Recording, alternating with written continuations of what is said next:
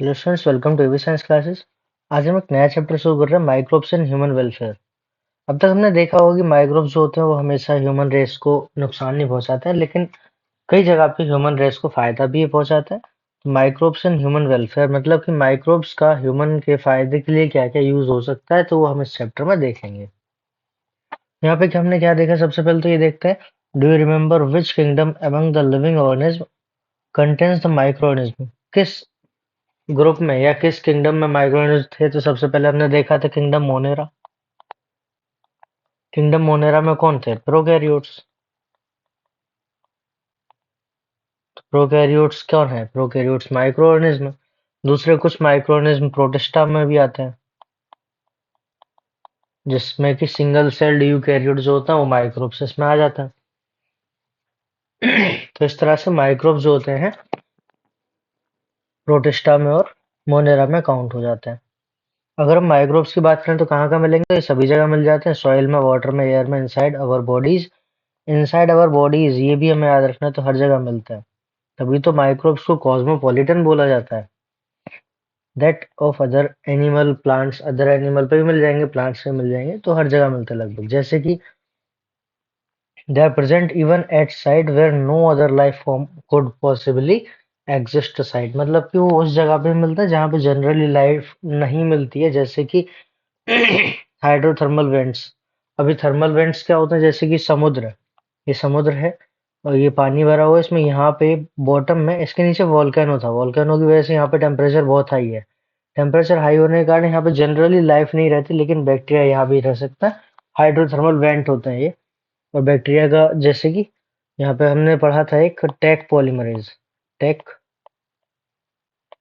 Polymerase, ये जो enzyme है ये थर्मस एक्वाटिकस से मिलता है। थर्मस एक्वाटिकस नाम का बैक्टीरिया उससे मिलता है। तो ये थर्मस एक्वाटिकस जो है हाई टेम्परेचर पर रह सकता है। तो यहाँ पे जो टेम्परेचर है वो 100 डिग्री सेल्सियस से ऊपर रहता है। Deep in seas, deep in soil, बहुत जमीन में भी, मिट्टी में भी बहुत अंदर तक रहते हैं। Under the layer of snow several metre thick, बहुत मीठी मोटी मोटी जो लेयर्स होती है बर्फ की, उसके अंदर भी ये देखने को मिल जाता है। एसिडिक एनवायरनमेंट में भी मिल जाएंगे, जैसे कि थर्मो एसिडोफिल्स हम बात कर लेते हैं। तो थर्मो एसिडोफिल्स कहाँ मिलते हैं? हाई एसिडिक कंडीशन में मिल सकते हैं, हाई बेसिसिटी कंडीशन में मिल सकते हैं, हाई सैलाइन एरिया में भी मिल सकता है, हाइड्रोथर्मल वेंट, हॉट स्प्रिंग्स, सभी जगह पे ये मिल सकता है। माइक्रोब्स जो होते हैं वो डाइवर्स होते हैं, प्रोटोजोआ भी माइक्रोब्स भी होते हैं, और बैक्टीरिया भी, फंजाई भी, माइक्रोस्कोपिक एनिमल्स और प्लांट्स भी, ये सब काउंट हो जाते हैं इसमें। ध्यान रहे इसमें वायरसेस, वायरॉइड, ऑल्सो प्रियॉन्स, इनको भी काउंट करते हैं। ये ऑर्गेनिज्म तो नहीं है, लेकिन इनको माइक्रोस्कोपिक ऑर्गेनिज्म बोला जाता है। ऑर्गेनिज्म ये नहीं है। अगर हम प्रियॉन्स की बात करें तो प्रियॉन्स के पास तो न्यूक्लिक एसिड भी नहीं होता, ये सिर्फ इन्फेक्शियस प्रोटीन होती है, जो कि न्यूरोलॉजिकल डिसऑर्डर करता है। हमने पढ़ा भी था बायोलॉजिकल क्लासिफिकेशन नाम के चैप्टर में। नेक्स्ट हम बात करते हैं कि microbes like bacteria and many fungi can grown in on nutritive media. जहाँ भी न्यूट्रेटिव मीडिया मिलेगा वहां पे ग्रो करना शुरू कर देंगे, फ्रॉम फॉर्म कॉलोनीज, कॉलोनीज बना लेते हैं। That can be seen with naked eyes, इसको हम नेक्ड आइज से देख सकते हैं। Such cultures are useful in studies of microorganism, microorganism की स्टडी में कल्चर यूजफुल होता है। अब ये जो दिखाई दे रहे हैं ये सब माइक्रोऑर्गेनिज्म दिखाई दे रहे हैं। जैसे कि ये क्या दिख रहा है हमें? रॉड से बैक्टीरिया दिखाई दे रहा है, जिसको हम क्या बोलेंगे? बैसिलस। ये स्फेरिकल दिखाई दे रहे हैं। स्फेरिकल के लिए हम कोकस वर्ड यूज करते थे, मोनोकोकस ये हो गया, डिप्लोकोकस ये हो गया, स्ट्रेप्टोकोकस ये हो गया, स्टेफाइलोकोकस ये हो गए। बंच में है तो ये स्टेफाइलोकोकस हो जाएंगे। तो इस तरह से ये देखने को मिलता है। ये जो दिखाई दे रहा है बैसिलस है, रोड से बैक्टीरिया, इसमें ये फ्लैजिला दिखाई दे रहे हैं। यहाँ पे ये जो दिखाई दे रहा है ये टीएमवी है, ये बैक्टीरियोफेज है, सॉरी, बैक्टीरियोफेज, जो कि बैक्टीरिया को इन्फेक्ट करता है। ये जो है ये एडिनो वायरस है, जो कि रेस्पिरेटरी इन्फेक्शन कॉज करता है, रेस्पिरेटरी डिजीज कॉज करता है। ये रेस्पिरेटरी डिसऑर्डर, कौन? एडिनो वायरस, ये हमें याद रखना। ये रॉड शेप बैक्टीरिया दिखाई दे रहा है, टीएमवी है ये कौन है, टीएमवी है ये, टोबैको मोज़ेक वायरस है। अब ये क्या है, कल्चर प्लेट दिखाई दे रही है तो पेट्री डिश है ये। पेट्री डिश में कॉलोनी दिखाई दे रही है बैक्टीरिया की, ये सब बैक्टीरियल कॉलोनी है, ये सारी बैक्टीरियल कॉलोनी है। और ये जो है ये फंगल कॉलोनी है, जो कि ये भी पेट्री डिश पे ग्रो कर रही है। नेक्स्ट हम बात करते हैं आगे और क्या क्या इसमें देखने को मिलेगा। तो microbes in house hold product, तो माइक्रोब्स हाउस होल्ड प्रोडक्ट में कैसे दिखाई देते हैं। तो माइक्रोब्स जो है, लैक्टिक एसिड, लैक्टोबैसिलस हमने पढ़ा ही है, जो कि लैक्टिक एसिड बैक्टीरिया होता है। ये लैक्टिक एसिड बैक्टीरिया क्या करेगा, दूध से दही बनाता है, production of curd from milk. अब मिल्क से कर्ड प्रोडक्शन करेगा तो क्या क्या करता है इसमें, जो मिल्क प्रोटीन होती है उसको पार्शियली डाइजेस्ट करेगा, कोएगुलेट करा देता है। मिल्क प्रोटीन कौन सी होती है, केजिन प्रोटीन की बात कर रहा है। तो जो केजिन प्रोटीन होती है वो मिल्क प्रोटीन होती है, उसको पार्शियली डाइजेस्ट कर देगा। Small amount of curd added to fresh milk as inoculum, inoculum और स्टार्टर भी उसको बोल देते हैं, उसमें millions of lactic acid bacteria होता है। मतलब जब दही जमाते हैं तो दही जमाते समय उसमें 1 चम्मच पुराना दही डाल दिया जाता है, तो उसको हम इनोकुलम या स्टार्टर बोल देते हैं। तो उस 1 चम्मच दही में मिलियंस ऑफ बैक्टीरिया होते हैं, जो कि कल्चर मीडिया मिलने पे, जो दूध था उसमें जो कल्चर मीडिया मिलेगा उसको मिलते ही वो ग्रो करते हैं। अब ग्रो करेंगे तो डिवीजन भी करेंगे, तो अपनी संख्या बढ़ाते हैं और उसमें जो केजिन प्रोटीन है उसको डाइजेस्ट कर लेते हैं पार्शली, और उसको कोएगुलेट कर देते हैं और उसमें कुछ कुछ न्यूट्रिशनल क्वालिटी इंक्रीज कर देते हैं। जैसे विटामिन B12 इंक्रीज हो जाएगा। विटामिन B12 जनरली दूध में नहीं होता, मिल्क में नहीं होता, लेकिन कर्ड में जरूर होता है। और क्या करेगा, स्टमक में फायदा करता है। क्या फायदा करता है, तो वहां पे बहुत सारे जो माइक्रोब्स के द्वारा होने वाली डिजीज है उनसे बचाता है, माइक्रोबियल इन्फेक्शन से ये लैक्टिक एसिड बैक्टीरिया बचाते हैं। अब और क्या होगा, यहाँ पे हम पढ़ते हैं the dough which is used for making the food such as dosa, idli. Dosa idli बनाने के लिए बैक्टीरियल फर्मेंटेशन की जरूरत पड़ती है। यहाँ पे जो पफ्ड अप अपीयरेंस होता है, मतलब कि फूला हुआ जो अपीयरेंस दिखाई देता है, वो क्यों होता है, क्योंकि वहां पे CO2 प्रोडक्शन होता है। तो CO2 प्रोडक्शन के कारण यहाँ पे फूला हुआ अपीयरेंस देखने को मिल जाता है। अब क्या होगा, अब यहाँ पे लिखा है can you tell which metabolic pathway taking place result in the formation of CO2। तो CO2 किस रिजल्ट किसके चलते बनता है, तो यहाँ पे हमें पता है एनोरोबिक रेस्पिरेशन होता है, एनोरोबिक रेस्पिरेशन। और स्पेशली कहें तो एथेनॉल फॉर्मेशन, एथेनॉल फॉर्मेशन। तो एथेनॉल फॉर्मेशन से ये CO2 प्रोडक्शन होता है। अब where do you think the bacteria for these fermentation comes from, तो ये फर्मेंटेशन के लिए बैक्टीरिया कहाँ से आते हैं, तो बैक्टीरिया ऑलरेडी एनवायरनमेंट में प्रेजेंट होता है। Similarly dough which is use for making the bread, bread बनाने के लिए जो डो यूज करते हैं उसमें बेकर सीस्ट का यूज किया जाता है। बेकर सीस्ट हमें याद रखना, सैक्रोमाइसिस सेरेवेसी। यही सैक्रोमाइसिस सेरेवेसी अगर ब्रेड बना रही है तो बेकर सीस्ट कहलाएगी, और यही सैक्रोमाइसिस सेरेवेसी अगर एथेनॉल बना रही है तो ब्रेवर सीस्ट कहलाएगी। ध्यान रखना, जो ब्रेड सॉफ्ट होता है, ब्रेड में जो सॉफ्टनिंग होती है वो कैसे आती है, तो जब ये फर्मेंटेशन हो रहा होता है यहाँ पे, तो फर्मेंटेशन के टाइम पे जब बेकर सीस्ट फर्मेंटेशन करती है तो एथेनॉल एथेनॉल एवेपोरेट होता है, एथेनॉल एवेपोरेट होगा तो जिससे जो ब्रेड होता है वो सॉफ्ट होता है। अब टोडी, टोडी क्या है, एक ट्रेडिशनल ड्रिंक है जो कि कुछ southern Indian parts, southern India में कुछ पार्ट्स में ली जाती है। तो ये भी फर्मेंटेशन से बनती है, fermenting SAP of palm, palm tree जो होता है उसके सैप को फर्मेंट करके बनाया जाता है। तो पाम ट्री जो था कौन सा, तो ये पाम ट्री से बनाते हैं यहाँ पे, कैरियोटा नाम का ये पाम ट्री है।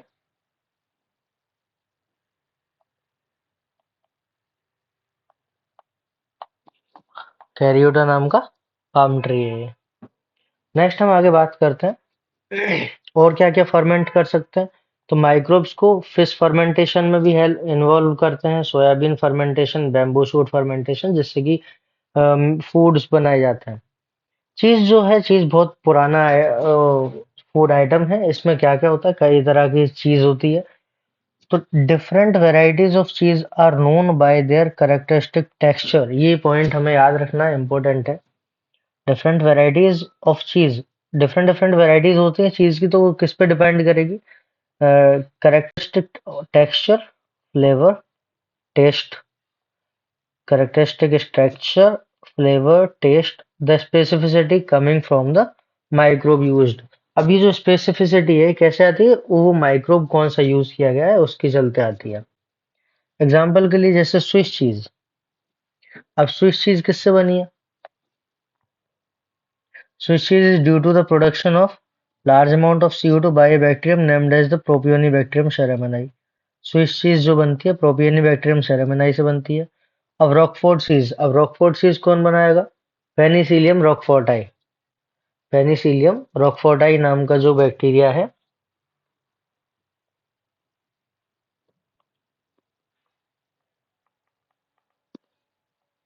पेनिसिलियम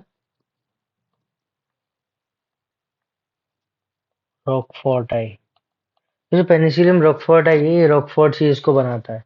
मतलब रॉकफोर्ट चीज की राइपनिंग में ये इन्वॉल्व होता है, जो कि इसमें पर्टिकुलर फ्लेवर भी देता है। नेक्स्ट हम आगे बात करते हैं और क्या है। इवन इंडस्ट्रीज, इंडस्ट्री में भी माइक्रोब्स का यूज किया जाता है। क्या माइक्रोब्स का यूज है इंडस्ट्री में? तो हम सब जानते हैं, इंडस्ट्री में बहुत सारे प्रोडक्ट बनाए जाते हैं।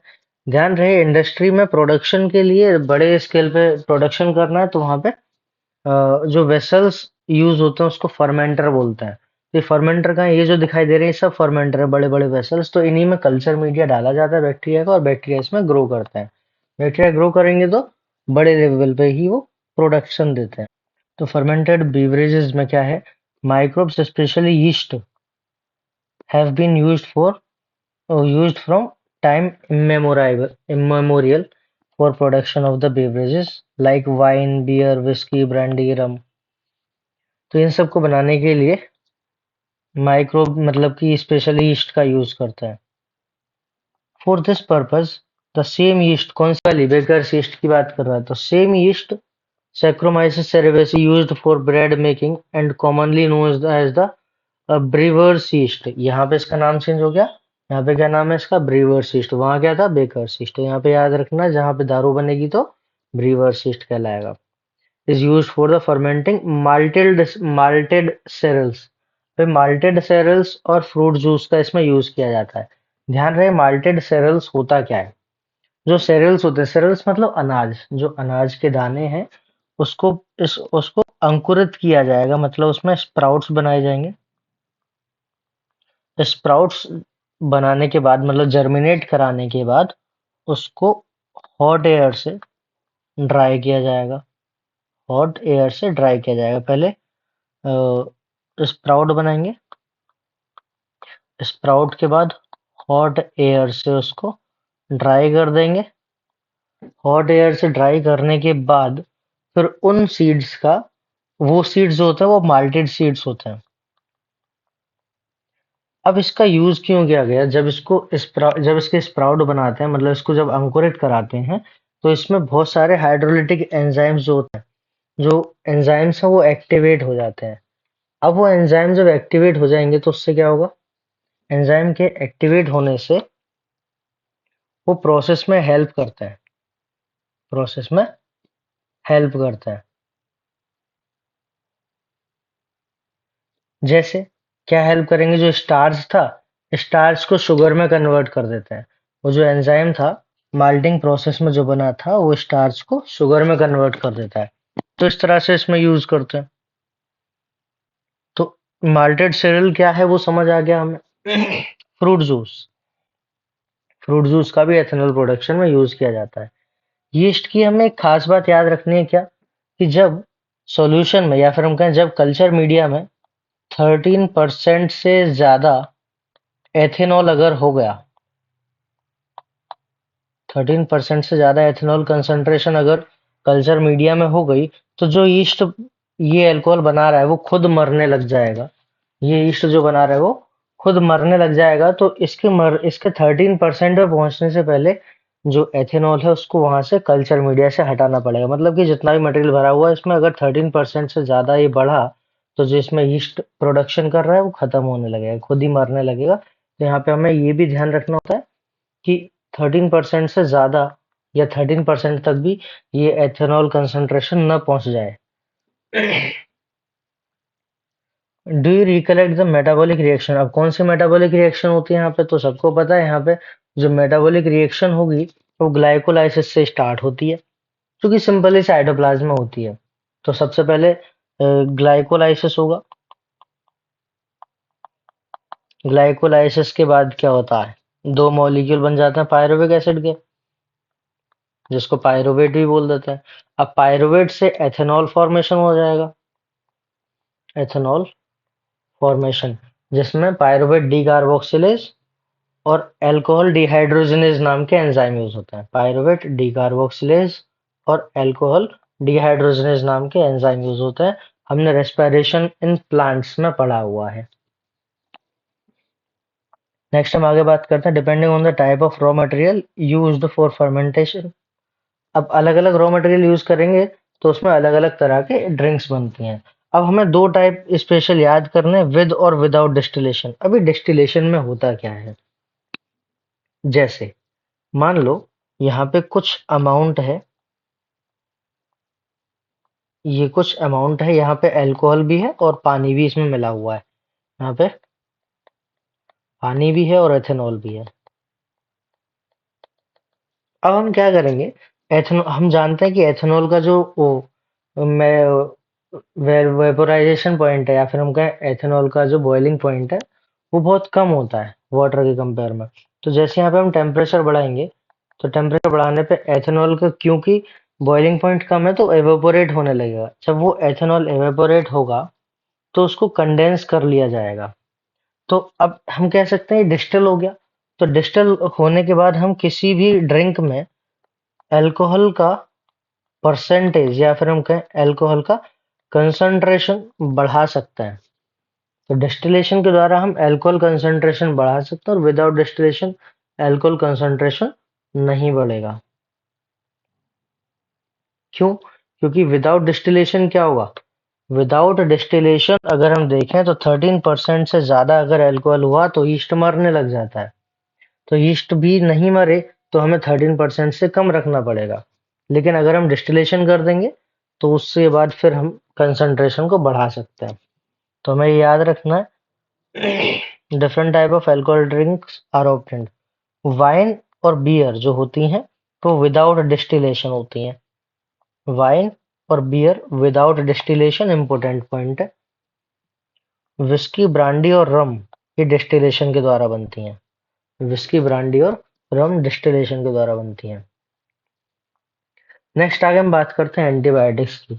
अगर हम एंटीबायोटिक्स के रेस्पेक्ट में बात करें तो एंटीबायोटिक्स जो है वो सबसे पहले इसके नाम को देखते हैं। एंटी मतलब अगेंस्ट होता है, बायोस्टिक्स वर्ड आया बायो से, बायो का मतलब होता है लाइफ, अगेंस्ट लाइफ। किसके लाइफ के अगेंस्ट है ये, तो हमें याद रखना है कि ये जो डिजीज कॉजिंग ऑर्गेनिज्म है, जो डिजीज कॉजिंग ऑर्गेनिज्म है उसके लाइफ के अगेंस्ट काम करता है, ह्यूमन की लाइफ के अगेंस्ट नहीं है। तो इसलिए ह्यूमन के रेस्पेक्ट में प्रो लाइफ बोल देंगे इसको, एंटीबायोटिक को ह्यूमन के रेस्पेक्ट में प्रो लाइफ कह देंगे, और डिजीज कॉजिंग ऑर्गेनिज्म के रेस्पेक्ट में एंटीबायोटिक्स अगेंस्ट लाइफ कहलाएगा। Antibiotics are chemical substances produced by some microbes. Antibiotics जो होते हैं माइक्रोब्स के द्वारा ये बनाए जाते हैं, जो कि कैन किल और retard the growth of other disease causing microbes, जो कि या डिजीज कॉजिंग माइक्रोब्स को मार देगा या फिर उसकी ग्रोथ को रोक देगा। किस तरह से ये काम करता है। You are familiar with the commonly used antibiotic penicillin. Penicillin तो सभी जानते हैं। पेनिसिलिन सबसे पहले खोजी गई एंटीबायोटिक थी, किसने खोजी थी, तो अलेक्जेंडर फ्लेमिंग ने खोजी थी। कैसे खोजी थी, एक्सीडेंटल डिस्कवरी थी। कैसे एक्सीडेंटल डिस्कवरी थी, कि वो जो अलेक्जेंडर फ्लेमिंग था, अलेक्जेंडर फ्लेमिंग स्टेफाइलोकोकस पे अपना काम कर रहा था। अब स्टेफाइलोकोकस जो बैक्टीरिया था, उसका कल्चर मीडिया बनाया गया। कल्चर मीडिया जब बनाया गया, तो जिस पेट्री डिश में उसका कल्चर मीडिया रखा था, वहां पे पहले फंगस थी, और उस पेट्री डिश को ठीक से वॉश नहीं किया। ठीक से वॉश न होने के कारण वहां पे कुछ कुछ जगह पे वो फंगस रह गई। जब वहां पे स्टेफाइलोकोकस का कल्चर मीडिया रखा, तो स्टेफाइलोकोकस का कल्चर मीडिया जैसे ही रखा, तो कुछ कुछ पर्टिकुलर जगह पे वो जो स्टेफाइलोकोकस की कॉलोनी है वो ग्रो नहीं कर रही थी, बाकी सब जगह पे ग्रो कर रही थी।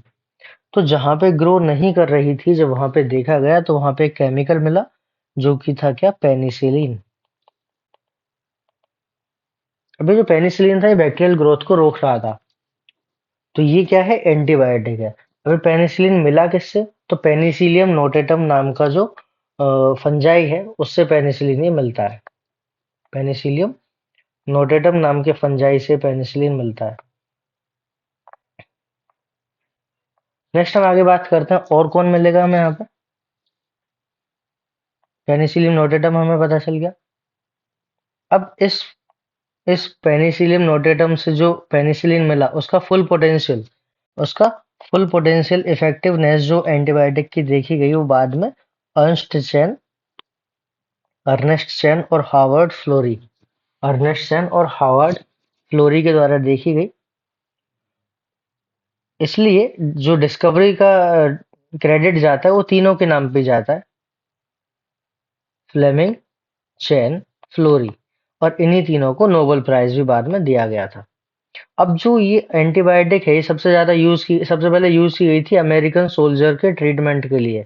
अमेरिकन सोल्जर का ट्रीटमेंट कब, वर्ल्ड वॉर 2 के टाइम पे। तो वर्ल्ड वॉर 2 में इसका यूज किया गया था, और फ्लेमिंग चैन फ्लोरी को इसके लिए नोबेल प्राइज भी मिला था 1945 में। अब penicillin after penicillin other antibiotics were also purified. Penicillin के बाद बहुत सारी एंटीबायोटिक आई थी। Can you name some other antibiotic and find other their source. अब एंटीबायोटिक्स के नाम तो बहुत सारे हैं। अब जैसे एंटीबायोटिक सेब्रोफ्लॉक्सन सुनी है, एजिथ्रोमाइसिन होती है, एरिथ्रोमाइसिन होती है, क्लोराम्फेनिकोल होती है। तो इस तरह से ये सभी एंटीबायोटिक्स होती हैं। अब antibiotic have greatly improved our capacity to treat deadly disease। अब डेडली डिजीज जो थी, उनके लिए भी एंटीबायोटिक्स खोज ली गई हैं। जैसे एग्जाम्पल के लिए यहाँ पे कुछ डिजीज दे रखे हैं, जैसे प्लेग है। अब प्लेग में स्ट्रेप्टोमाइसिन दी जाती है, प्लेग के लिए स्ट्रेप्टोमाइसिन दी जाती है। वूपिंग कफ काली खांसी को बोलते हैं। तो काली खांसी में एजिथ्रोमाइसिन या एरिथ्रोमाइसिन दोनों दे सकते हैं, एजिथ्रोमाइसिन या एरिथ्रोमाइसिन। डिप्थीरिया डिप्थीरिया गलघोटू को बोलते हैं। तो डिप्थीरिया में कौन सी दे सकते हैं, एरिथ्रोमाइसिन या पेनिसिलिन, दोनों ही दे सकते हैं। डिप्थीरिया में एरिथ्रोमाइसिन या पेनिसिलिन दे सकते हैं। लेप्रोसी कुष्ठ रोग, तो यहाँ पे एक कॉम्बिनेशन दिया जाता है जिसमें डेप्सोन डेप्सोन है, और रिफैम rifampicin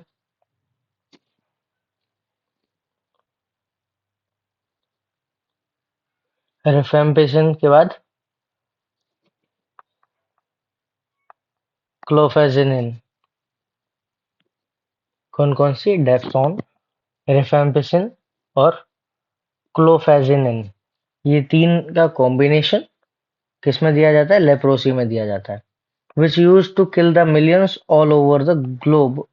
today we can not imagine world without antibiotics. तो एंटीबायोटिक्स के बिना इस समय जीवन बहुत संभव नहीं है, हम कह सकते हैं।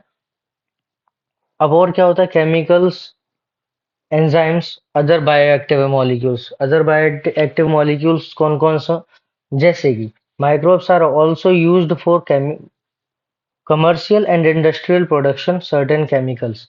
अब कुछ केमिकल्स को बनाने के लिए माइक्रोब्स का यूज किया जाता है।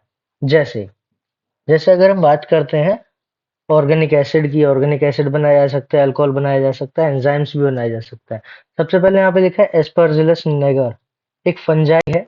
एस्परजिलस निगर एक फंजाई है जो कि सिट्रिक एसिड बनाता है। अब सिट्रिक एसिड का यूज कहाँ हो सकता है, तो सिट्रिक एसिड का यूज कई सारे मेडिसिन में हो सकता है, फ्लेवरिंग में हो सकता है, फूड प्रिजर्वेशन में हो सकता है। तो ये सिट्रिक एसिड का काम हो गया। फिर अब जैसे नेक्स्ट दे रखा है इसमें एसिटोबैक्टर एसिटाई, ये एसिटिक एसिड बनाता है। एसिडोबैक्टर एसिटाई एसिटिक एसिड बनाता है। क्या काम है साहब एसिटिक एसिड का? तो एसिटिक एसिड विनेगर प्रोडक्शन में हेल्प करता है या विनेगर प्रोडक्शन में इसका यूज करता है। दूसरा है क्लोस्ट्रीडियम बोtulicum। जो क्लोस्ट्रीडियम बोtulicum है, ये बैक्टीरियम है जो कि ब्यूटरिक एसिड बनाता है। अब ब्यूटरिक एसिड का काम किसमें है? बटर मेकिंग में है। ब्यूटरिक एसिड का काम किसमें? बटर मेकिंग में। रेंसिड बटर होता है एक, उसको बनाने के लिए इसका यूज होता है, रेंसिड बटर। Rancid butter. तो रेंसिड बटर बनाने में ब्यूटरिक एसिड का यूज किया जाता है। Lactobacillus lactic acid bacteria lactic acid production करता है, जो कि सबको पता है कर्ड बनाने में इन्वॉल्व होता है। ग्लूकोनिक एसिड एस्परजिलस निगर और पेनिसिलियम से बनता है। ग्लूकोनिक एसिड किससे मिलेगा? एस्परजिलस निगर और पेनिसिलियम,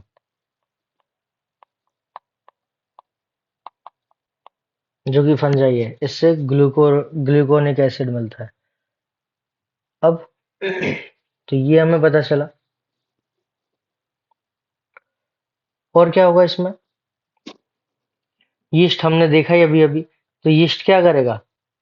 सैक्रोमाइसिस सेरेवेसिस, जो कि एथेनॉल प्रोडक्शन में इन्वॉल्व होता है। Microbes are used for production of enzyme, enzyme बनाने में भी माइक्रोब्स यूज होते हैं, जैसे कि लाइपेज है। अब लाइपेज को डिटर्जेंट में यूज करते हैं। क्यों डिटर्जेंट में यूज करते हैं? क्योंकि लाइपेज जो होता है ना, वो ऑयली स्टेन को रिमूव करता है, लॉन्ड्री में इसका यूज करते हैं। अब बॉटल्ड जूस है, जैसे बॉटल्ड फ्रूट जूस में कोई भी मार्केट से जो फ्रूट जूस लेके आते हैं, उसमें होममेड फ्रूट के कंपेयर में, जूस के कंपेयर में अगर हम देखें तो बहुत ज़्यादा क्लियर होता है। मतलब सिंपल से शब्दों में कहें तो बॉटल्ड जूस जो होता है, वो होममेड जूस के कंपेयर में ज़्यादा क्लियर होता है। तो किसकी वजह से क्लियर होता है? वहाँ पे पेक्टिनेज और प्रोटीएज नाम का एंजाइम का काम यूज किया जाता है, जो कि पेक्टिन और प्रोटीन को ब्रेक कर देता है। तो फाइबर जैसी स्ट्रक्चर उसमें देखने को नहीं मिलती है। तो क्लेरिफाइड बॉटल जूस देखने को मिलता है किसकी मदद से? पेक्टिनोज और प्रोटीएज की मदद से। अब आता है स्ट्रेप्टोकाइनेज। ये जो स्ट्रेप्टोकाइनेज नाम का एंजाइम है, ये स्ट्रेप्टोकोकस नाम के बैक्टीरिया से मिलता है, जो कि मॉडिफाइड किया गया है जेनेटिक इंजीनियरिंग के द्वारा। अब ये स्ट्रेप्टोकोकस बैक्टीरिया जेनेटिक इंजीनियरिंग के द्वारा मॉडिफाई किया गया है। स्ट्रेप्टोकाइनेज नाम का एंजाइम रिलीज करता है, जो कि क्या करेगा? क्लॉट बस्टर की तरह से यूज करता है। क्लॉट बस्टर मतलब जो ब्लड क्लॉट होता है उसको रिमूव करेगा। कहाँ से करेगा? Blood vessels of patient. Patient के ब्लड वेसल से जो ब्लड क्लॉट बन चुका है उसको रिमूव करेगा, और जो कि मायोकार्डियल इन्फार्क्शन के द्वारा हार्ट अटैक हो सकता था उससे बचाएगा। तो मायोकार्डियल इन्फार्क्शन के द्वारा होने वाले हार्ट अटैक से बचाता है पेशेंट को, उसके ब्लड वेसल्स में से क्लॉट को रिमूव करके। आगे और बायोएक्टिव मॉलिक्यूल की बात करें तो सबसे पहले आ जाता है साइक्लोस्पोरिन ए। साइक्लोस्पोरिन ए जो है ये इम्यूनो सप्रेसिव एजेंट है। अब इम्यूनो सप्रेसिव एजेंट है तो उस पेशेंट को दिया जाता है जिसका ऑर्गन ट्रांसप्लांटेशन होता है। Trichoderma polysporum. ट्राइकोडर्मा पॉलीस्पोरम एक फंजाई है जिससे ये इम्यूनो सप्रेसिव एजेंट रिलीज किया जाता है, जो कि क्या नाम है उसका? साइक्लोस्पोरिन है। अगर हम स्टेटिन की बात करते हैं तो जो स्टेटिन होता है मोनास्कस परप्यूरिस से मिलता है, जो कि ब्लड कोलेस्ट्रॉल लोअरिंग एजेंट है। मोनास्कस परप्यूरिस से मिलेगा, जो कि ब्लड कोलेस्ट्रॉल लोअरिंग एजेंट है। कैसे ब्लड कोलेस्ट्रॉल को कम करता है?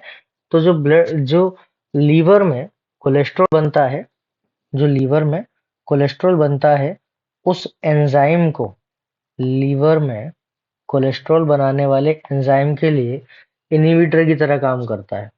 ये जो स्टेटिन है, लीवर में लीवर में बनने वाले बनाने वाले जो कोलेस्ट्रॉल बनाने वाला एंजाइम है उसके लिए इनहिबिटर की तरह से काम करता है। तो ये हमें याद रखना है। फिर आ जाता है कि माइक्रोब्स का सीवेज में किस तरह से रोल है, सीवेज ट्रीटमेंट प्लांट में किस तरह से रोल है। तो सीवेज ट्रीटमेंट प्लांट में माइक्रोब्स का बहुत बड़ा रोल है। क्या क्या रोल है इसका, तो ये देख लेते हैं। सबसे पहले तो सीवेज क्या होता है? सीवेज होता है एक, हम कह सकते हैं पूरी सिटी का गंदा पानी, हम कह सकते हैं, जिसमें ह्यूमन एक्सक्रीटा भी होता है। पूरी सिटी का गंदा पानी होता है।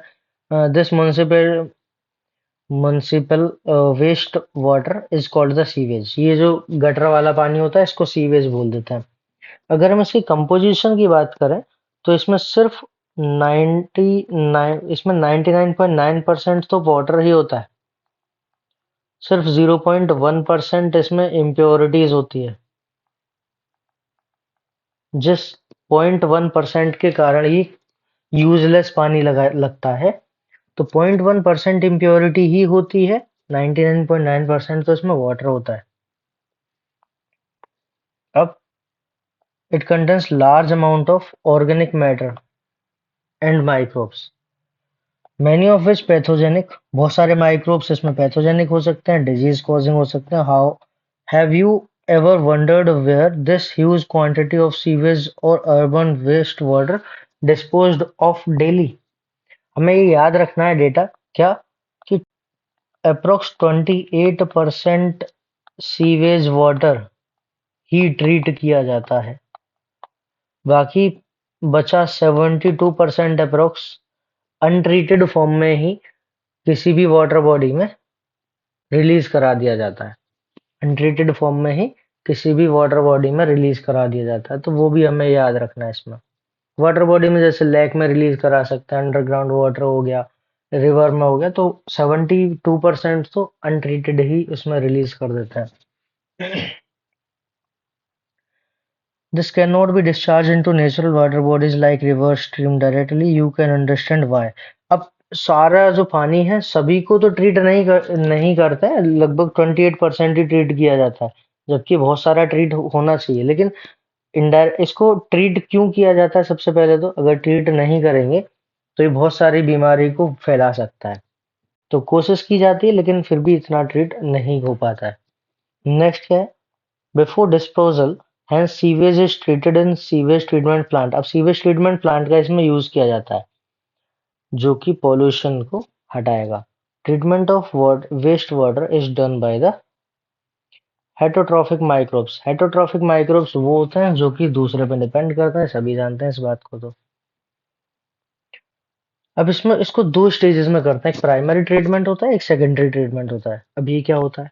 एक प्राइमरी ट्रीटमेंट है। प्राइमरी ट्रीटमेंट में क्या होता है? जो तैरता हुआ कचरा होता है, तैरता हुआ कचरा मतलब कि फ्लोटिंग डेब्रिस, फ्लोटिंग डेब्रिस को तैरता हुआ कचरा, इसमें प्लास्टिक पिन्नी वगैरह सब ये सब आ जाती हैं।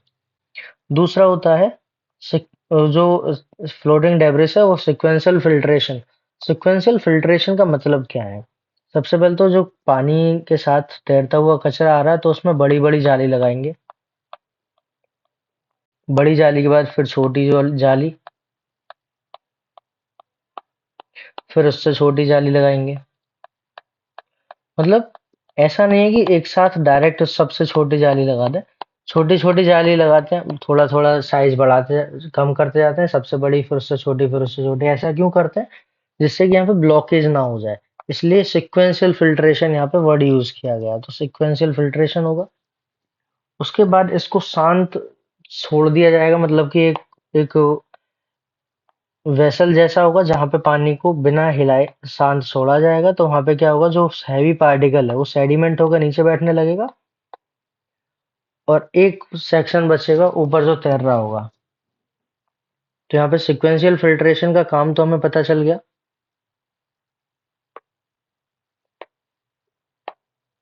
नेक्स्ट हम बात करते हैं और क्या मिलेगा इसमें।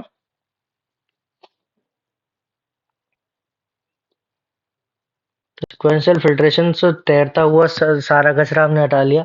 Then grit. ग्रिट क्या होता है? जैसे कोई भी ये वेसल है, इस वेसल में सेडिमेंटेशन के बाद जो मटेरियल बचेगा वो नीचे बैठ जाएगा। ये जो नीचे बैठा हुआ मटेरियल है ये हैवी था, इसी को हम ग्रिट बोलते हैं। अब ग्रिट आ गया, इसमें सॉइल और स्मॉल पेबल्स आ जाते हैं, सॉइल और स्मॉल पेबल्स इसमें आ जाते हैं। Are removed by sedimentation, sedimentation के द्वारा ये नीचे आ गया। All solid that settle from the primary sludge. तो ये जो ग्रिड बनेगा, जो नीचे सेटल डाउन हुआ है, ये प्राइमरी स्लज कहलाएंगे, प्राइमरी स्लज कहलाएंगे। अब ये है प्राइमरी स्लज। प्राइमरी स्लज के बाद आगे क्या होगा?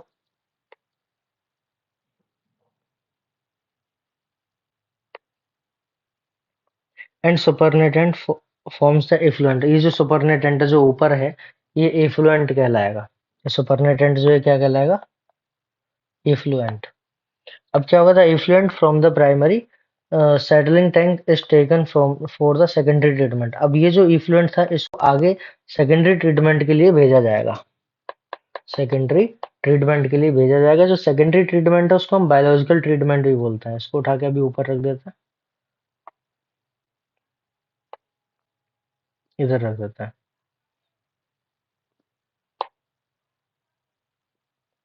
बाद में देख लेंगे इसको। तो यहाँ पे सेकेंडरी ट्रीटमेंट को हम बायोलॉजिकल ट्रीटमेंट भी बोलते हैं, क्योंकि यहाँ पे माइक्रोब्स का यूज किया जाता है। The primary effluent is passed into the large aeration tank. बहुत बड़े एरेशन टैंक में उसको पास किया जाएगा। जो माइक्रोब्स है वो एरोबिक बैक्टीरिया है। एरोबिक बैक्टीरिया है तो क्या यूज करेंगे? ऑक्सीजन यूज करेंगे। और ऑक्सीजन यूज करेंगे तो यहाँ पे क्या है? Where it is constantly agitated. Agitated का मतलब होता है, जैसे कि मान लो ये एक पंखा लगा हुआ है, यहाँ पे पूरे में पानी भरा हुआ है। इस पंखे को घुमाएंगे तो घुमाने से क्या होगा? पूरा कल्चर मीडिया एक जैसा रहेगा, मिक्सचर पूरा एक जैसा रहेगा। तो उसको बोलते हैं एजिटेट करना। एजिटेट किया जाएगा मैकेनिकली, और उसमें एयर पंप की जाएगी। एयर क्यों पंप की जाएगी? क्योंकि जो वहां पे बैक्टीरिया यूज होने वाले हैं वो एरोबिक बैक्टीरिया है। This allow vigorous growth of useful aerobic microbes. अब जिससे क्या होगा? सभी जगह पे कल्चर मीडिया एक जैसा मिलेगा, और जब कल्चर मीडिया सभी जगह पे एक जैसा मिलेगा तो वहां पे माइक्रोब्स ग्रो करेंगे। जैसे ये था, अब सब जगह पे कल्चर एक जैसा मिलेगा तो माइक्रोब्स हर जगह पे एक जैसे ग्रो करेंगे।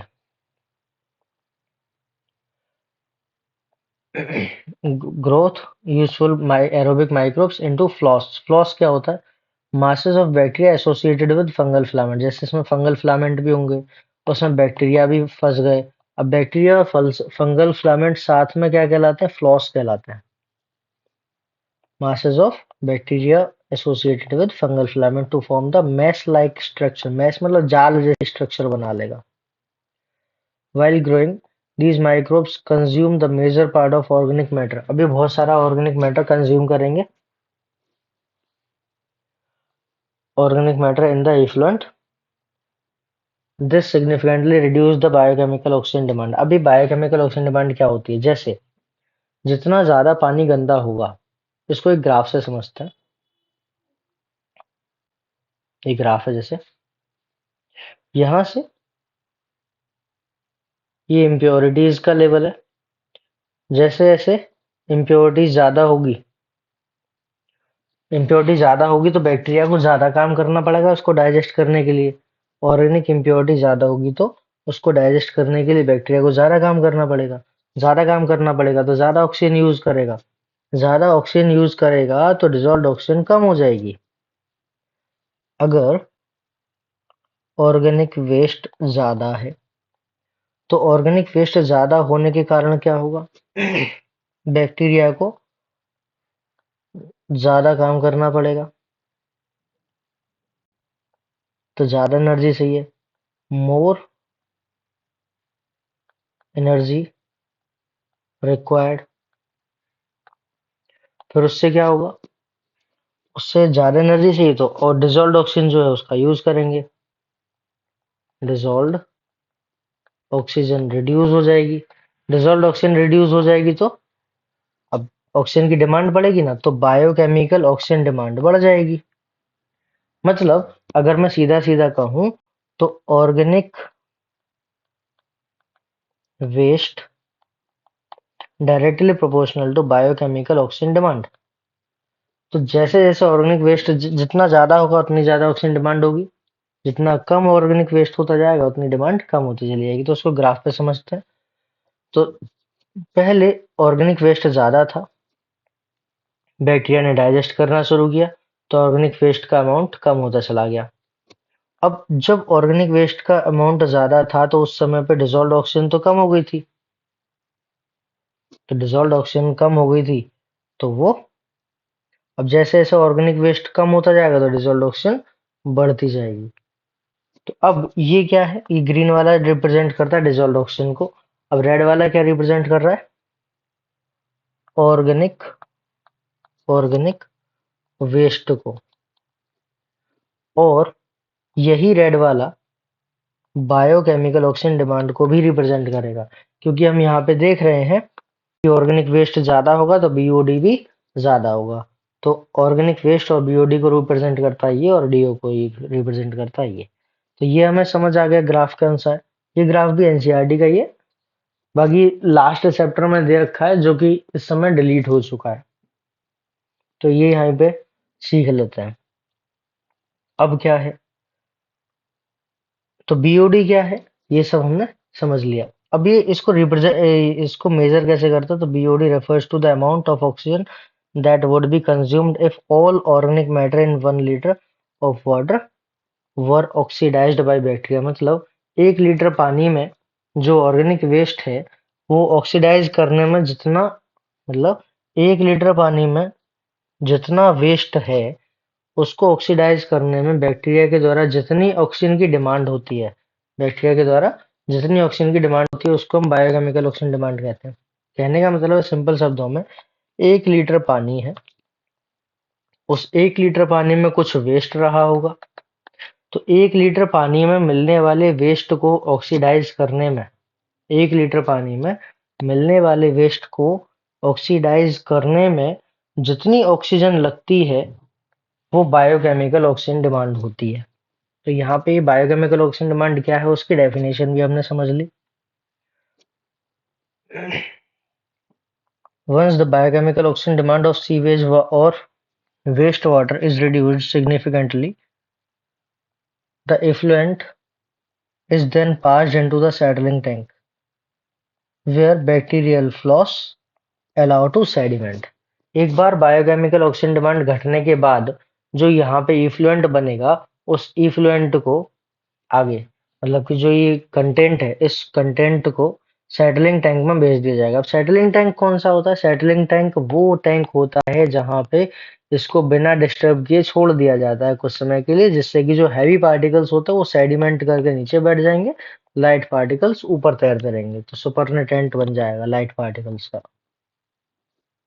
आगे क्या, तो सेटलिंग टैंक में भेज दिया गया जहां पे बैक्टीरियल फ्लॉस को सेडिमेंट होने के लिए छोड़ दिया गया। This sediment is called the activated sludge. इस सेडिमेंट को एक्टिवेटेड स्लज कहते हैं। मान लो ये जो था इसमें ये जो बचा नीचे जो सेडिमेंट हो गया, ये है एक्टिवेटेड स्लज, एक्टिवेटेड स्लज। अब इस एक्टिवेटेड स्लज में से थोड़ा सा अमाउंट निकाल लेंगे, जैसे दही बनाते हैं तो दही बनाने के बाद थोड़ा सा दही निकाल लेते हैं फिर से दही बनाने के लिए। थोड़ा सा दही क्यों निकाल लेते हैं, फिर से दही बनाने के लिए, तो और उस दही का बार बार यूज किया जाता है। सेम इसी तरह से यहाँ पे थोड़ा सा निकाल लेंगे जिसको हम इनोक्यूलम बोलते हैं या फिर हम स्टार्टर भी बोलते हैं। तो activated sludge, a small part of activated sludge is pumped back, तो थोड़ा सा वापस निकाल लिया into the aeration tank to serve as the inoculum, inoculum की तरह से ट्रीट कराने के लिए। मतलब कि जो एक्टिवेटेड स्लज है इसमें से थोड़ा सा हिस्सा निकाल के वापस से सेकेंडरी ट्रीटमेंट जिसको हम बायोलॉजिकल ट्रीटमेंट बोलते थे, तो बायोलॉजिकल ट्रीटमेंट में यूज करेंगे। फिर क्या होगा, जो बचा, the remaining major part of sludge is pumped into the large anaerobic sludge digester. बड़े से एनारोबिक स्लज डाइजेस्टर में इसको छोड़ देंगे। होगा क्या, जैसे जैसे ये एक्टिवेटेड स्लज है, सो पहले हटाते हैं।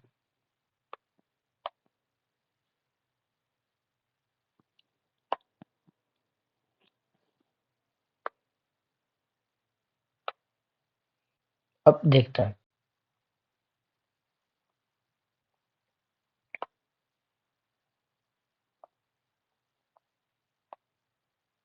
जैसे ये एक्टिवेटेड स्लज है। अब इस एक्टिवेटेड स्लज में से इसमें एक्टिवेटेड स्लज हो सा इसमें एरोबिक बैक्टीरिया हैं बहुत सारे। इसमें से थोड़ा सा हमने कल्चर इनोक्यूलम की तरह से वापस निकाल लिया था, जो कि सेकेंडरी ट्रीटमेंट में फिर से यूज करेंगे। अब जो बचा है उसको हम एनारोबिक स्लज डाइजेस्टर में डाल देंगे। अब एनारोबिक स्लज डाइजेस्टर में होगा क्या? जो ये एरोबिक बैक्टीरिया है ना, इन एरोबिक बैक्टीरिया को एनारोबिक स्लज डाइजेस्टर में डाल के मार दिया जाएगा। मतलब पहले इन्हीं से काम कराया और बाद में इन्हीं को मार दिया।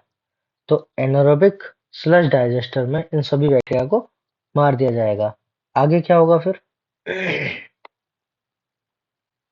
Here, other kind of bacteria which grow anaerobically digest the bacteria, जो कि यहाँ पे ये एनारोबिक स्लज डाइजेस्टर है ना, इसमें एनारोबिक बैक्टीरिया ग्रो होते हैं जिसको ऑक्सीजन की तो जरूरत होती नहीं है।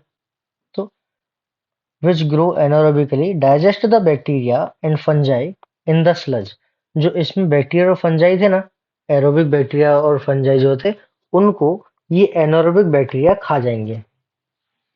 जो एरोबिक बैक्टीरिया और फंजाई थे उनको इसमें मिलने वाले एनारोबिक बैक्टीरिया खा जाएंगे। आगे क्या होगा फिर?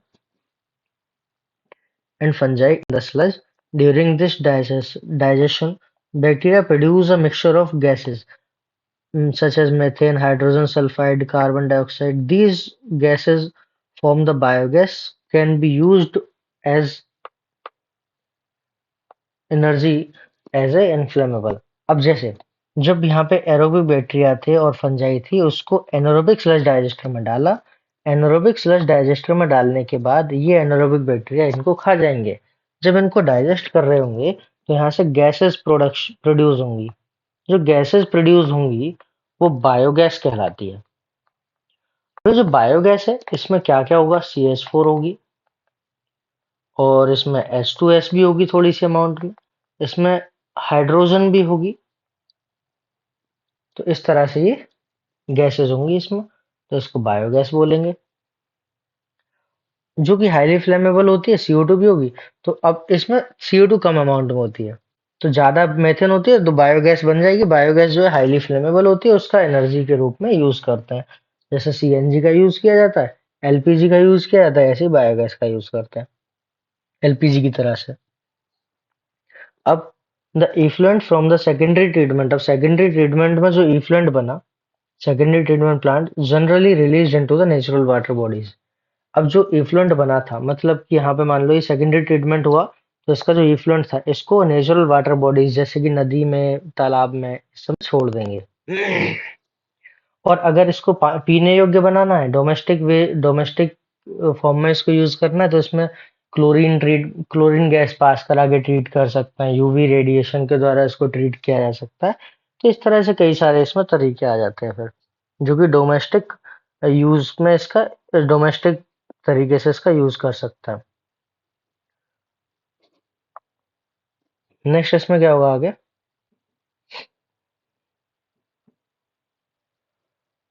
ये जो दिख रहा है ये एक एरियल व्यू है सीवेज ट्रीटमेंट प्लांट का। तो सीवेज ट्रीटमेंट प्लांट कुछ ऐसा दिखाई देता है। You can appreciate how microbes play a major role in treating the million of gallon of wastewater every day across the globe। तो बहुत सारा पानी जो प्योरीफाई किया जाता है माइक्रोब्स की मदद से, वो यहाँ पे हमने देखा। This methodology has been practised for more than a century now. बहुत सालों से इसका यूज कर रहे हैं। हमें इसमें जो याद रखना, हमें स्पेशली याद रखना, the ministry of environment and forest, ministry of environment and forest has initiate Ganga action plan. कब? तो गंगा एक्शन प्लान जो आया था वो 1986 में आया था, याद रखना है।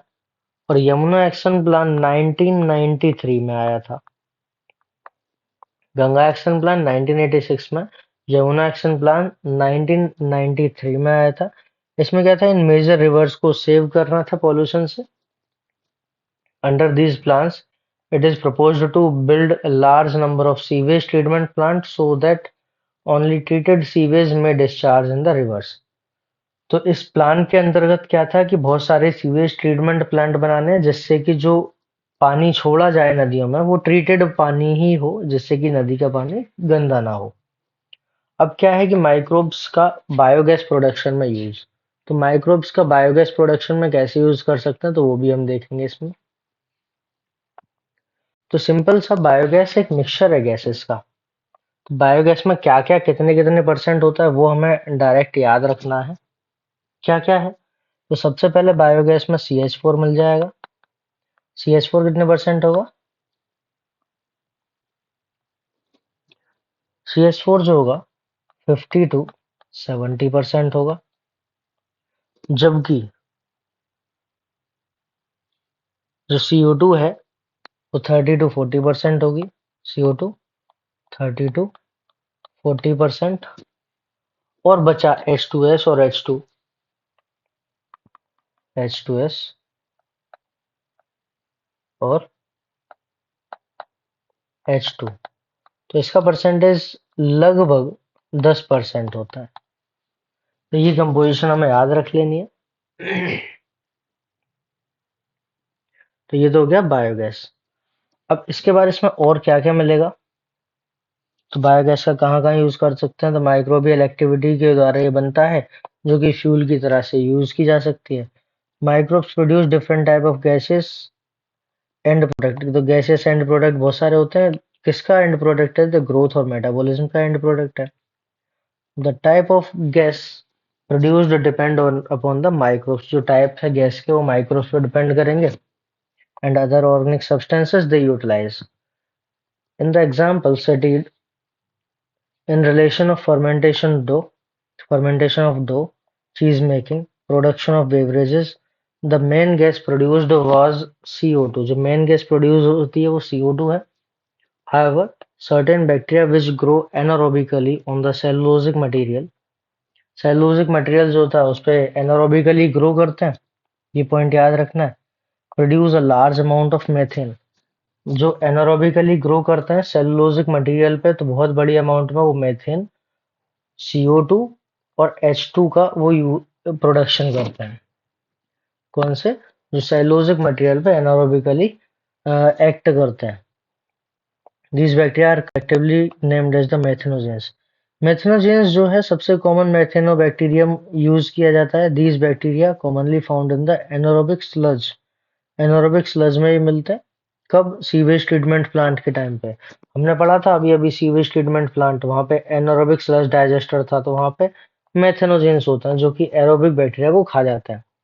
और एरोबिक बैक्टीरिया को जब ये खा जाते हैं तो वहां से बायोगैस प्रोड्यूस करते थे, हमने अभी अभी पढ़ा था।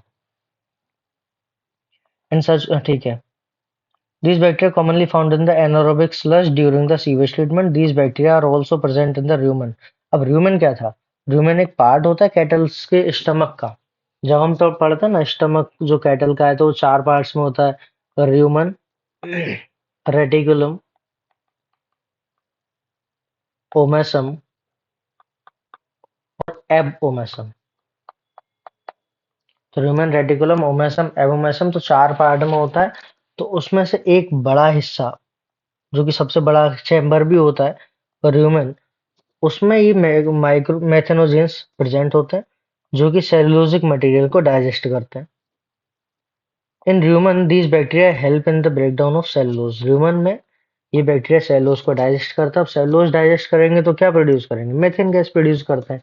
इसीलिए कैटल्स जो होते हैं ना, गाय भैंस, तो उनके मुंह से मेथेन गैस रिलीज होती है। क्यों, क्योंकि उनका जो स्टमक है, स्टमक का एक हिस्सा कौन सा, ह्यूमन, वहां पे मेथेनोजेंस प्रेजेंट होता है जो कि सेलुलोज को डाइजेस्ट करता है।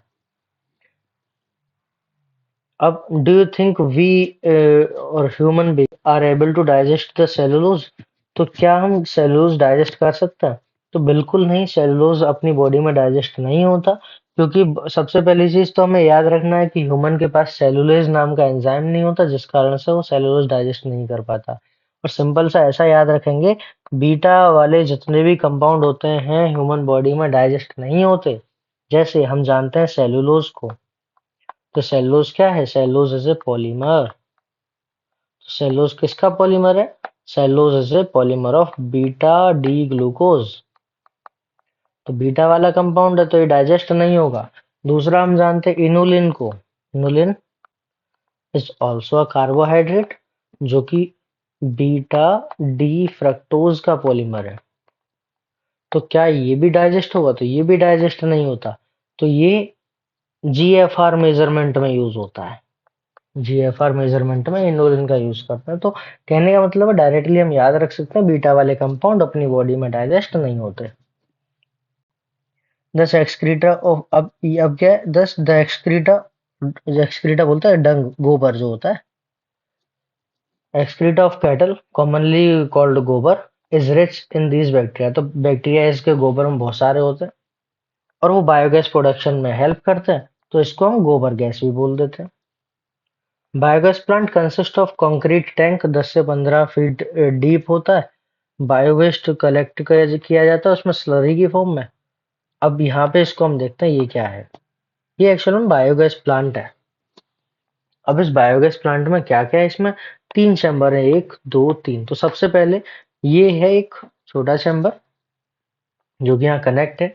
ये है एक्चुअल में स्लज डाइजेस्टर, ये है डाइजेस्टर और यहाँ पे वेस्ट आता है।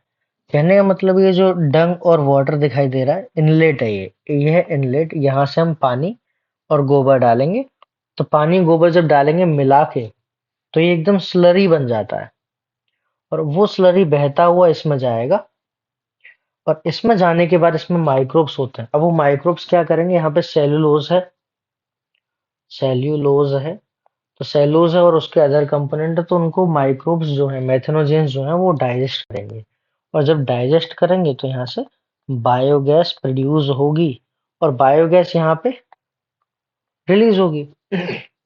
अब ये जो हमें दिखाई दे रहा है ये क्या है?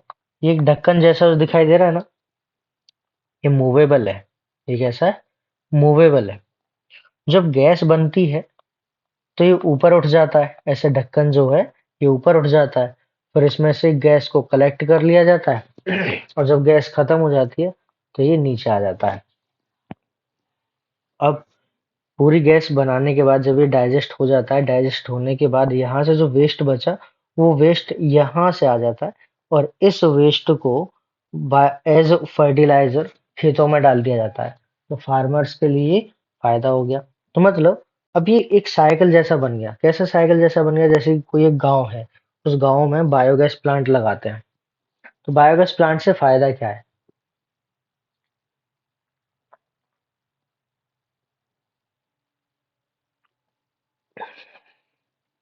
किसी गांव में जब बायोगैस प्लांट लगाएंगे तो उससे फायदा ये है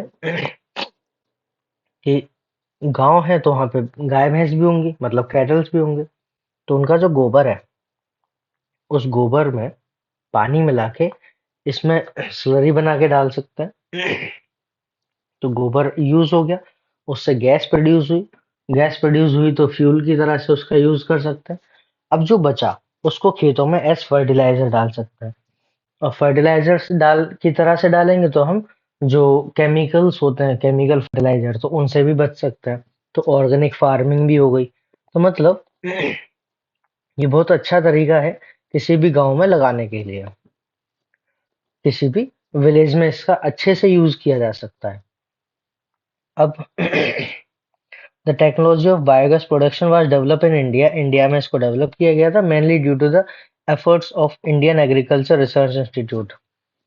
इसके एफर्ट्स के द्वारा Indian Agriculture Research Institute IARI and Khadi Village Industries Commission, Khadi Village Industries Commission, KVIC। तो IRI KVIC जरूर याद रखना।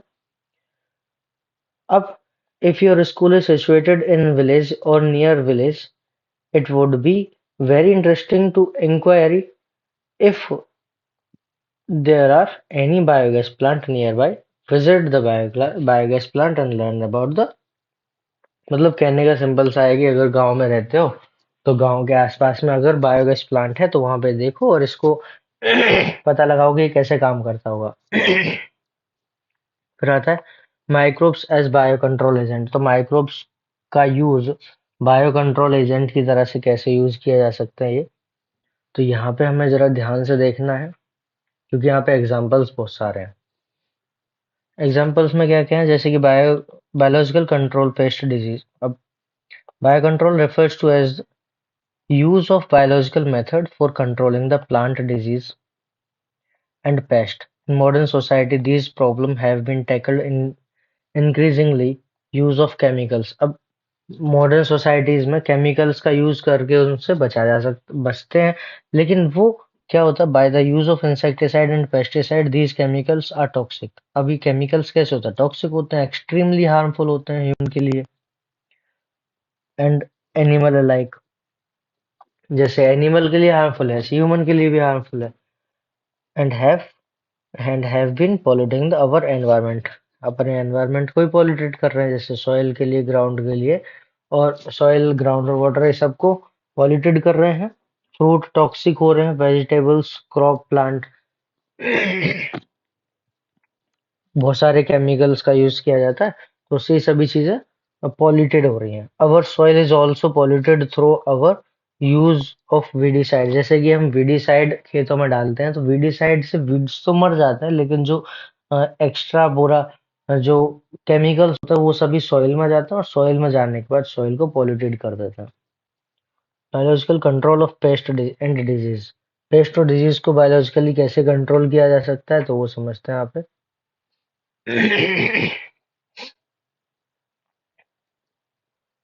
हमें यहाँ पे डायरेक्ट कुछ चीजें याद रखनी है, तो पहले एक बार देख लेते हैं कि यहाँ पे in agriculture there is a method of controlling the pest that relies on natural predation। Natural predation के द्वारा हम केमिकल की जगह पे यूज कर सकते हैं। जैसे a key belief of the organic farmer is that biodiversity biodiversity furthers health। uh, the more variety a landscape has, more sustainable। अगर कोई लैंडस्केप है, उसमें बहुत सारी वैरायटीज होंगी, तो वो लैंडस्केप बहुत ज्यादा सस्टेनेबल है, मतलब बहुत अच्छा मानेंगे। अगर वहां पे वैरायटीज कम हो गई, तो वो सस्टेनेबल नहीं है, उसमें डिस्टरबेंस क्रिएट हो जाएगा। कहने का मतलब है सिंपल से शब्दों में कि इकोलॉजिकल बैलेंस बनाए रखने के लिए यहाँ पे वैरायटीज जितनी ज्यादा होंगी उतना ज्यादा स्टेबिलिटी होगी, और जितनी कम वैरायटीज होंगी उतनी ज्यादा स्टेबिलिटी चली जाएगी। तो अगर हम केमिकल्स का यूज करते हैं तो वो कम्प्लीटली इरिडिकेट हो जाता है। तो कम्प्लीटली इरिडिकेट हो जाएंगे तो कहीं ना कहीं फूड चेन, कहीं ना कहीं इकोसिस्टम हमारा इम्बैलेंस हो जाएगा। तो उससे बचने के लिए हम अदर तरीके ढूंढेंगे। जैसे the organic farmer therefore works for create a system where insects that are sometimes called pests are not eradicated। उसको eradicated मतलब बिल्कुल से खत्म नहीं किया जाता, but instead they kept at manageable level by a complex system check and balance within the living and vibrant ecosystem। मतलब पूरी तरह से उसको खत्म नहीं किया जा सकता है, लेकिन उसको मैनेजेबल लेवल में लेके आया जाता है। Contrary to contrary to conventional farming practice, which often use the chemical method to kill the both useful and harmful। अब केमिकल मेथड यूजफुल भी है और हार्मफुल भी है। हार्मफुल लाइफ फॉर्म्स इंडिस्क्रिमिनेटली मतलब कि जो मारना है वो तो मरेगा ही मरेगा, जो नहीं मारना वो भी मर जाता है, तो उस तरह से ये हार्मफुल भी है। This is holistic approach that seek to develop an understanding of wave of interaction between the myriad of organisms that constitute the field, फोना एंड फ्लोरा। मतलब सिंपल सा कि इसमें क्या होता है, एक होलिस्टिक अप्रोच है केमिकल्स का यूज करना, जिससे कि पूरी फूड चेन खराब हो सकती है, और फील्ड जो है, फ्लोरा और फोना, वहां पे उनमें डिस्टरबेंस आ सकता है। The organic farmer hold the view that eradication of the creatures that are often described as pest not only possible but also undesirable, for without them beneficial predatory as well as parasitic insect which depend upon them as food host survive host not be able to survive। Simple से शब्दों में अगर कहें तो बहुत सारे जो chemicals होते हैं उनकी वजह से ये अदर ऑर्गेनिज्म भी मर रहे हैं, और उससे क्या होगा, ये कंप्लीटली इरेडिकेट हो सकते हैं। इरेडिकेशन जो होगा उससे जो डिपेंडेबल पेस्ट थे या फिर हम कहें डिपेंडेबल अदर ऑर्गेनिज्म थे वो भी मर जाएंगे। कहने का मतलब है एक ऑर्गेनिज्म ए है, मान लो ये पेस्ट की तरह से बिहेव कर रहा है, उस पर कोई ऑर्गेनिज्म बी डिपेंड है, मारना हमें ये था, ये डिपेंड वाला भी इसके चक्कर में मर गया। तो इस तरह से कहीं ना कहीं फूड चेन डिस्टर्ब हो जाएगी। अब इससे बचने के लिए बायो कंट्रोल मेजर्स का यूज किया जाएगा। Bio control measures will greatly reduce our dependency. सबसे पहले तो जो बायो कंट्रोल मेजर्स हम यूज करेंगे तो वो कि टॉक्सिक केमिकल पे जो और पेस्टिसाइड पे जो डिपेंडेंसी है उसको कम करेगा, और जो अदर एक्स्ट्रा एक्स्ट्रा मर रहे थे उनको मरने से भी बचाया जा सकता है। तो यहाँ पे हमें क्या क्या याद रखना है, जैसे लेडी बर्ड है। अब लेडी बर्ड जो है एफिड्स को खाती है। लेडी बर्ड किसको खाती है? एफिड्स को खाती है। जबकि ड्रैगन फ्लाई किसको खाती है? मॉस्किटोज को खाती है। Lady bird lady bird aphids को खाती है, ड्रैगन फ्लाई मॉस्किटोज को खाती है। तो ये अगर लेडी बर्ड ले आए तो ड्रैगन फ्लाई को खा जाएगी, तो ड्रैगन फ्लाई मैनेजेबल अमाउंट में आ जाएंगे। और अगर लेडी और उल्टा कर दिया, ड्रैगन फ्लाई क्या करेगा? एफिड्स को खाएगा। तो लेडी बर्ड लेके आएंगे तो एफिड्स कम हो जाएंगे, और ड्रैगन फ्लाई लेके आएंगे तो मॉस्किटो कम हो जाएंगे, मतलब मैनेजेबल रेंज में आ जाएंगे। अब नेक्स्ट हमें कौन मिलेगा? बैसिलस थ्रोइनजेनेसिस। ये बैसिलस थ्रोइनजेनेसिस जो है, बीटी जो है, ये एक क्राई प्रोटीन बनाता है। क्राई प्रोटीन, अब ये जो क्राई प्रोटीन है एक्चुअल में क्रिस्टलाइन प्रोटीन है, और एक क्रिस्टलाइन प्रोटीन एल्कलाइन मीडियम मिलते ही एक्टिवेट हो जाता है। क्या होगा, ये जो क्राई प्रोटीन है इसका जो जीन है वो किसी भी प्लांट में डाल दिया। ये बैसिलस थ्रोइनजेनेसिस नाम के बैक्टीरिया से मिलता है। ये जीन किसी भी प्लांट में डाल दिया, इसको पढ़ेंगे डिटेल में बायोटेक्नोलॉजी में। और प्लांट में डालने के बाद अब अगर इसको कोई भी कैटरपिलर अगर खाने आएगा, बटरफ्लाई कैटरपिलर अगर इसको खाने आएगा पत्ते को, तो वो मर जाएगा। क्यों? क्योंकि ये जो क्राई प्रोटीन था, ये क्राई प्रोटीन गट में जाके एल्कलाइन मीडियम जैसे ही मिलेगा ये एक्टिवेट हो जाएगा, और एक्टिवेट होने के बाद उसके जो गट है उसमें परफोरेशन कॉज कर देगा। परफोरेशन कॉज कर देगा मतलब छेद छेद हो जाएंगे। तो वो एंड ऑस्मोसिस से उसमें पानी भर जाएगा और उसकी मृत्यु हो जाएगी,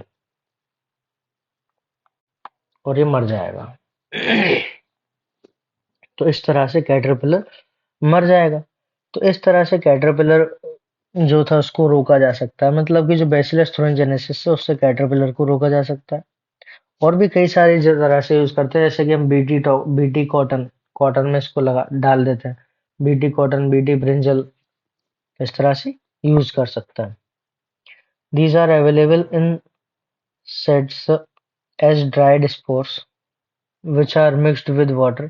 अब बैसिलस थ्रोइनजेनेसिस ये तो जेनेटिक इंजीनियरिंग की तरह से बताया था। अब यहाँ पे क्या है, इस ये ड्राइड स्पोर्स की फॉर्म में भी मिलता है, जिसको पानी में मिक्स करके स्प्रे कर देंगे, और स्प्रे जब कर देंगे प्लांट्स के ऊपर, तो वहां पे ये जब पत्ते को खाने आएगा कीड़ा, जो लार्वा है, उससे गट में जाके टॉक्सिन एक्टिवेट हो जाएगा, और ये गट में जाके जब एक्टिवेट हो जाएगा तो परफोरेशन कर देगा और ये मर जाएगा। कीड़ा मर जाएगा, मतलब कैटरपिलर मर जाएगा। Because of this development of method genetic engineering in the last decade or so,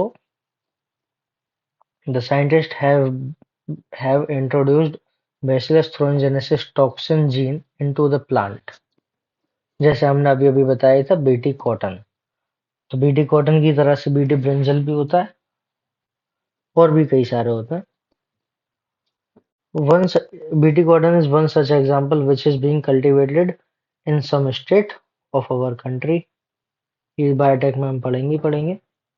next आगे आता है biological control being developed treatment of plant disease is the fungus trichoderma. तो ट्राइकोडर्मा जो है, उस ट्राइकोडर्मा से प्लांट पैथोजन को control किया जाता है। ट्राइकोडर्मा से प्लांट पैथोजन को कंट्रोल किया जाता है, जो कि एक ट्राइकोडर्मा फ्री लिविंग फंजाई है। हमें याद रखना है, ट्राइकोडर्मा फ्री लिविंग फंजाई, जिससे जो कि रूट इकोसिस्टम में मिलता है, प्लांट पैथोजन से कंट्रोल की जाता है। एक होता है बैक्यूलो वायरस। अभी जो बैक्यूलो वायरस है ना, ये इंसेक्ट पे और ऑर्थ्रोपोड पे अटैक करता है। बैक्यूलो वायरस इंसेक्ट और ऑर्थ्रोपोड्स पे अटैक करता है। ये जो बैक्यूलो वायरस है, ये न्यूक्लियो पॉलीहेड्रो वायरस है। न्यूक्लियो पॉलीहेड्रो वायरस है। These viruses are excellent candidate for species specific। Species specific का मतलब क्या है कि जिसको मारने के लिए इसको डेवलप किया गया है, सिर्फ उसी स्पीसीज को मारेगा, बाकी दूसरे स्पीसीज को कोई नुकसान ये नहीं पहुंचाता है। तो ये स्पीसीज स्पेसिफिक होता है। साथ में नैरो स्पेक्ट्रम। नैरो स्पेक्ट्रम मतलब जिस रेंज के इंसेक्ट के लिए यूज किया गया, उसी रेंज के इंसेक्ट को मारेगा, बाकी किसी से कुछ नहीं कहेगा। These viruses narrow spectrum insecticidal applications होता है। They have been to have no negative impact on plant। Plant पे कोई फर्क नहीं पड़ेगा, अदर एमएल्स पे, बर्ड्स पे, फिशेस पे, इवन नॉन टारगेटेड इंसेक्ट, मतलब जो उसको टारगेट किया है सिर्फ उसी को डैमेज करेगा, बाकी किसी को ये कुछ भी हार्म नहीं करेगा। न्यूक्लियो पॉलीहेड्रो वायरस है, बेकिलो वायरस का एक टाइप है, ये हमें याद रखना है। This is especially desirable when insects are being conserved to aid in an overall integrated pest management program। और इंटीग्रेटेड पेस्ट मैनेजमेंट प्रोग्राम ये जरूर याद रखना है। इसमें क्या होता है कि इसमें जो पेस्ट है उसको कंट्रोल कैसे किया जा सकता है, मैनेज कैसे किया जा सकता है। मैनेज का मतलब है कि उसको इरिडिकेट होने से भी रोकना है और एक लिमिट में ही रहे, इतना उसको ग्रो होने देना है बस, जिससे कि अपना जो इकोसिस्टम है वो भी इम्बैलेंस ना हो और अपनी जो फसल है और वो भी खराब ना हो। और when ecological sensitive area being treated. अब इसका लास्ट टॉपिक आता है इस चैप्टर का, माइक्रोब्स एज बायो फर्टिलाइजर। तो माइक्रोब्स का बायो फर्टिलाइजर की तरह से कैसे यूज किया जाता है, वो भी हमें ध्यान से देखना है। तो इसमें डायरेक्ट देखते हैं जो जो पॉइंट है कि ऑर्गेनिक फार्मिंग में इसका यूज किया जाता है, बायो फर्टिलाइजर्स का ऑर्गेनिक फार्मिंग में यूज करते हैं। तो बायो फर्टिलाइजर्स क्या है, बायो फर्टिलाइजर्स जो होते हैं वो ऑर्गेनिज्म होते हैं एक्चुअल में। बायो फर्टिलाइजर्स जो है एक्चुअल में ऑर्गेनिज्म है, that enrich the nutrient quality. अभी क्या करेंगे, न्यूट्रिएंट क्वालिटी बढ़ा देते हैं सॉइल की। कैसे न्यूट्रिएंट क्वालिटी बढ़ाएंगे तो वो भी देखना है। The main source of bio fertilisers bacteria, fungi, cyanobacteria. तो बायो फर्टिलाइजर का मेन सोर्स क्या है, बैक्टीरिया, फंजाई और साइनोबैक्टीरिया। हमने पढ़ा ही है, लेग्यूमिनस प्लांट्स जैसे दाल वाली फैमिली होती है, formed by the symbiotic association rhizobium. Symbiotic association किसके साथ, राइजोबियम के साथ होता है। अभी जो राइजोबियम है ये एटमॉस्फेरिक नाइट्रोजन फिक्स करता है। राइजोबियम क्या करेगा, एटमॉस्फेरिक नाइट्रोजन फिक्सेशन करता है। अब और वो अदर अदर ऑर्गेनिक फॉर्म में कन्वर्ट कर देता है, which is used by the plant as nutrient, जो कि प्लांट के द्वारा न्यूट्रिएंट की तरह से यूज किया जाता है। अदर बैक्टीरिया जो कि नाइट्रोजन फिक्सेशन करते हैं, फ्री लिविंग होते हैं सॉइल में, जैसे एजोस्पाइरलम और एजोटोबैक्टर। एजोस्पाइरलम और एजोटोबैक्टर जो है फ्री लिविंग है सॉइल में, जो कि नाइट्रोजन फिक्सेशन करता है, एटमॉस्फेरिक नाइट्रोजन फिक्सेशन करेंगे अभी। अभी नाइट्रोजन फिक्सेशन करता है तो enrich the soil nitrogen content, soil का नाइट्रोजन कंटेंट ही बढ़ा देते हैं। दूसरा हम जानते हैं सिम्बायोटिक एसोसिएशन, माइक्रोरहिजा। माइक्रोरहिजा हमने पढ़ा था, प्लांट किंगडम में भी पढ़ते हैं कि पाइनस की रूट के साथ फंजाई होती है। तो कौन सी फंजाई है, ग्लोमस जीनस वाली फंजाई होती है, जिसका जीनस ग्लोमस है, उस फंजाई का सिम्बायोटिक एसोसिएशन पाइनस की रूट में मिलता है। अब ये जो सिम्बायोटिक एसोसिएशन है पाइनस की रूट में, माइक्रोरहिजा कहलाता है। तो फायदा क्या है इससे, the fungal symbiote in these association absorb phosphorus। अभी क्या करेगा, फंजाई इसमें से एब्जॉर्ब फॉस्फोरस को एब्जॉर्ब करता है। फॉस्फोरस को एब्जॉर्ब करेगा तो वो प्लांट तक पहुंचाएगा, तो फॉस्फोरस की कमी प्लांट में नहीं होने देता। Plants having such association shows the benefits. Plants के पास बेनिफिट होंगे। क्या क्या बेनिफिट हो सकते हैं? तो प्लांट की रूट में पैथोजन बोर्न डिजीज नहीं होती, मतलब कि प्लांट की रूट को पैथोजन रेजिस्टेंट बनाता है। प्लांट की रूट को सैलिनिटी से बचाता है, ड्रॉट से बचाता है। And an overall increase in plant growth, plant की ग्रोथ में इन्वॉल्वमेंट है इसका। तो फंगस को क्या फायदा मिल रहा है इससे? तो फंगस को खाना मिलता है, क्योंकि प्लांट फोटोसिंथेसिस करेगा तो फंगस को खाना मिल जाएगा। साइनोबैक्टीरिया और ऑटोट्रॉफ माइक्रोब्स, जो साइनोबैक्टीरिया होते हैं वो ऑटोट्रॉफिक माइक्रोब्स हैं, widely distributed in aquatic and terrestrial environment. Aquatic environment में भी है और टेरेस्ट्रियल एनवायरनमेंट में भी है। Many of which can fix atmospheric nitrogen, that is Anabaena, Nostoc, Oscillatoria, etc. In paddy field, cyanobacteria serves as an important biofertilizer. Paddy field में cyanobacteria जो है biofertilizer की तरह से यूज होता है। Blue green algae also add organic matter to soil. Blue green algae जो है वो सॉइल में ऑर्गेनिक मैटर यू जो है वो ऐड करती है और सॉइल की फर्टिलिटी बढ़ा देती है। Currently in our country, a number of biofertilizers are available. बहुत सारे biofertilizers available है अपनी कंट्री में commercially in market, and farmers use these regularly in their fields. फिर उससे क्या होगा? सॉइल न्यूट्रिएंट बढ़ता है और जो केमिकल डिपेंडेंसी है वो कम हो जाती है। तो इस तरह से चैप्टर कंप्लीट हुआ। Thank you.